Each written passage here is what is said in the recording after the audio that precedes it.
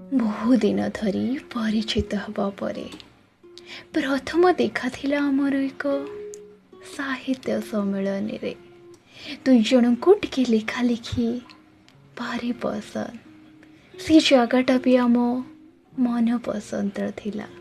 किंतु एते सारा कवि कविता करताली हस और घोघो मध्य मते आकर्षित करिथिला ता कथा कुआ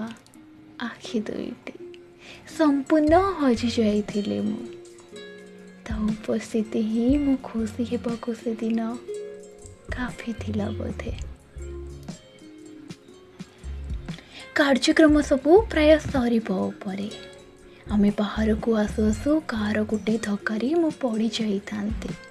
से मो हाथ धरी मते संभाली नेला। प्रथम थर मु ता स्पर्श पाई मो स्पंदन बढ़ी जाइथिला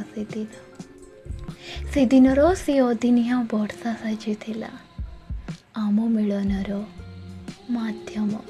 कफिर बाहानारे परस्पर जीवी बहु पाखापाखि थिलु मो आखि ताकू देखिबाकू साहस करू नथिला कि मो उठ किछि कहिबाकू सत कहिबाकू गले से दिनर से कोहला पाखकू कफिर उष्मता जे खाली काफी नथिला दरकार थिला बोधे।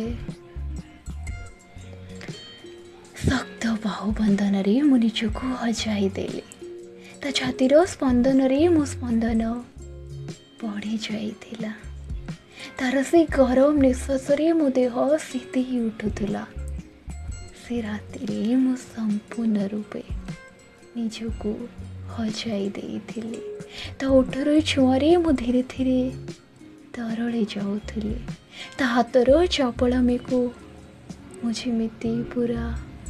अनुमति दे सारी थिली मो आखि ताकू देखिबाकू साहस भी करू नथिला धीरे धीरे मोर सबू लाज ताको समर्पी चली थिला।